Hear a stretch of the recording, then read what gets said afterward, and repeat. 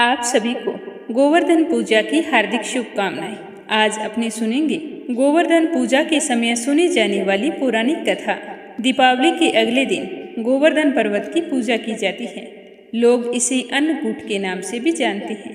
इस त्योहार का भारतीय लोक जीवन में बहुत ही महत्व है। इस पर्व में प्रकृति के साथ मानव का सीधा संबंध दिखाई देता है। गोवर्धन पूजा में गोधन अर्थात गौओं की पूजा की जाती है। शास्त्रों में बताया गया है कि गौएं भी उसी तरह पवित्र होती है जैसे नदियों में गंगा होती है। गाय को देवी लक्ष्मी का स्वरूप माना गया है। देवी लक्ष्मी जिस तरह सुख समृद्धि प्रदान करती है, उसी प्रकार गौ माता भी अपने दूध से स्वास्थ्य रूपी धन को प्रदान करती है। इनका बछड़ा खेतों में अनाज उगाता है। ऐसे में गौ संपूर्ण मानव जाति के लिए पूजनीय और आदरणीय है। गौ के प्रति श्रद्धा प्रकट करने के लिए ही कार्तिक शुक्ल पक्ष की प्रतिपदा तिथि के दिन गोवर्धन की पूजा की जाती है। तो अब अपने सुनते हैं गोवर्धन की कथा।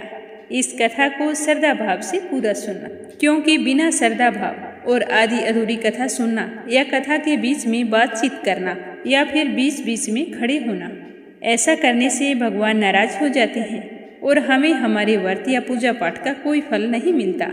बोलो श्री कृष्ण भगवान की जय हो। एक समय की बात है कि देवराज इंद्र को अपने आप पर बहुत ही अभिमान हो गया।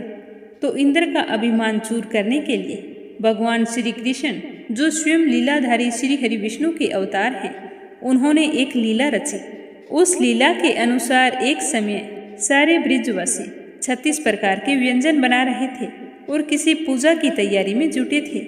तो श्री कृष्ण ने बड़े ही भोलेपन से अपनी मैया यशोदा से प्रश्न किया कि हे मैया, आप लोग किन की पूजा की तैयारी कर रहे हैं?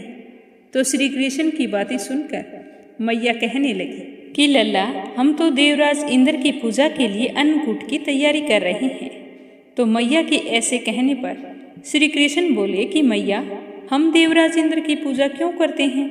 तो मैया बोली कि वो वर्षा करते हैं, जिससे अन्न की उपज अच्छी होती है और उसी की वजह से हमारी गायों को चारा मिलता है। तो भगवान श्री कृष्ण कहने लगे कि हमें तो गोवर्धन पर्वत की पूजा करनी चाहिए, क्योंकि हमारी गायें वहीं पर चरती है। तो फिर हम देवराज इंद्र की पूजा क्यों करें? हमें तो गोवर्धन पर्वत की पूजा करनी चाहिए, वो तो पूजनीय है। इंद्र तो कभी दर्शन भी नहीं देते और पूजा नहीं करते हो तो क्रोधित हो जाते हैं। तो हमें कभी भी ऐसे अहंकारी की पूजा नहीं करनी चाहिए। तो लीलाधारी की यह लीला और माया से सभी ने इंद्र के स्थान पर गोवर्धन पर्वत की पूजा शुरू कर दी। देवराज इंद्र ने जब देखा कि सारे लोग उसकी पूजा ना करके गोवर्धन पर्वत की पूजा कर रहे हैं, तो देवराज इंद्र ने इसे अपना अपमान समझा और मूसलाधार वर्षा शुरू कर दी। प्रलय के समान वर्षा देखकर सारे ब्रिजवासी भगवान श्री कृष्ण को कोसने लगे। सारे के सारे कहने लगे कि अगर कान्हा की बात नहीं मानते तो आज हमारा ये हाल ना होता। तो यह देखकर भगवान श्री कृष्ण ने अपनी मुरली कमर की करधनी में डाली और अपनी कनिष्ठ अंगुली पर पूरा गोवर्धन पर्वत उठा लिया और सारे ब्रिजवासियों से कहा कि अपने अपने गाय और बछड़ों को लेकर सारे के सारे इस पर्वत के नीचे आकर खड़े हो जाओ। तो कान्हा जी का कहना मानकर सारे गांव वाले अपनी गाय और बछड़ों समेत उस पर्वत के नीचे आकर खड़े हो गए।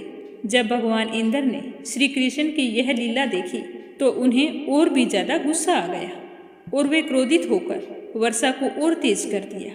इंद्र का मान मर्दन करने के लिए तब श्री कृष्ण ने सुदर्शन चक्र से कहा कि आप पर्वत के ऊपर रहकर वर्षा की गति को नियंत्रित करें, और शेषनाग से कहा कि आप मेड़ बनाकर पानी को पर्वत की ओर आने से रोक दें। इंद्र निरंतर 7 दिन तक मूसलाधार वर्षा करते रहे।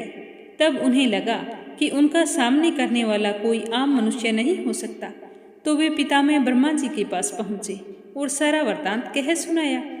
तो पितामह ने इंद्र से कहा कि आप जिस श्री कृष्ण की बात कर रहे हैं, वह साक्षात भगवान विष्णु का अंश है और पूर्ण पुरुषोत्तम नारायण है। पितामह के मुख से यह सुनकर इंद्र बड़े ही लज्जित हुए और श्री कृष्ण से कहने लगे कि हे प्रभु, मैं आपको पहचान गया हूँ। पहले मुझे पता नहीं था, इसीलिए अहंकारवश भूल कर बैठा। आप दयालु हैं और कृपालु भी हैं, इसीलिए मेरी भूल क्षमा करें। इसके पश्चात देवराज इंद्र ने मुरलीधर की पूजा करके उन्हें भोग लगाया। इस पौराणिक घटना के बाद से ही गोवर्धन पर्वत की पूजा की जाने लगी। इस दिन गाय के गोबर से गोवर्धन पर्वत बनाकर पूजा करते हैं। गाय बैल को इस दिन स्नान करके उन्हें रोली से तिलक लगाया जाता है और उनके गले में नई रस्सी डाली जाती है। गाय और बैलों को इस दिन गुड़ और चावल मिलाकर खिलाया जाता है। गोवर्धन पर्वत की पूजा करके इस कथा को सुनने वाला व्यक्ति हमेशा सुखी और संपन्न रहता है। उसके घर में अन्न धन की कभी कमी नहीं आती, लक्ष्मी जी का वास बना रहता है। कहानी अच्छी लगी हो तो कंचन भक्ति सागर चैनल को सब्सक्राइब जरूर करें। भगवान आपकी सारी मनोकामनाएं पूर्ण करें। बोलो कान्हा जी की जय हो।